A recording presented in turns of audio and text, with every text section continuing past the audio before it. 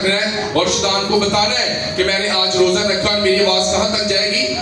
کہاں تک جائے گی؟ آگ میں بالا تک جائے گی. میں جب گریہزاری کروں گا، جب میں آنسو بہاؤں گا، خدا میرے آنسو کی ضرور قدر کرے گا، خدا میرے روزے کو ضرور قبول کرے گا.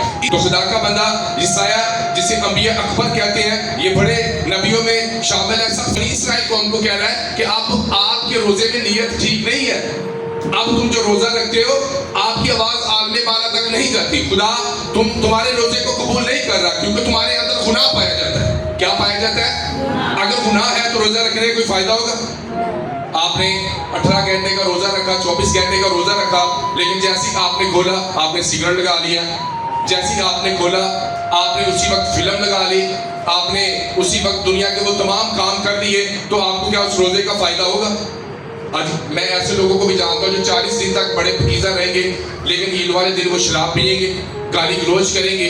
تو اس کا مطلب ہے کہ ہمارے روزے جو ہم رکھ رہے ہیں، اگر اس میں ہماری نیت صاف نہیں ہے، ہمارا دل خدا کی حضوری میں نہیں ہے، اگر ہماری آواز آگ میں بالا تک نہیں جا رہی، تو ہمارے روزے کا کوئی فائدہ ہے؟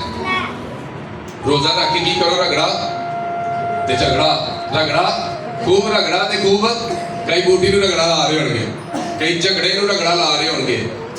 یہ روزوں کے ایام چل رہے ہیں. میں نے ایسے ٹک ٹاکر دیکھے ہیں، وہ ان کی پروفائل چیک کی تو وہ پہلے گانے بنا رہے تھے، لیکن جیسے روزے آئے انہوں نے گیت شروع کر دیے. پیچھے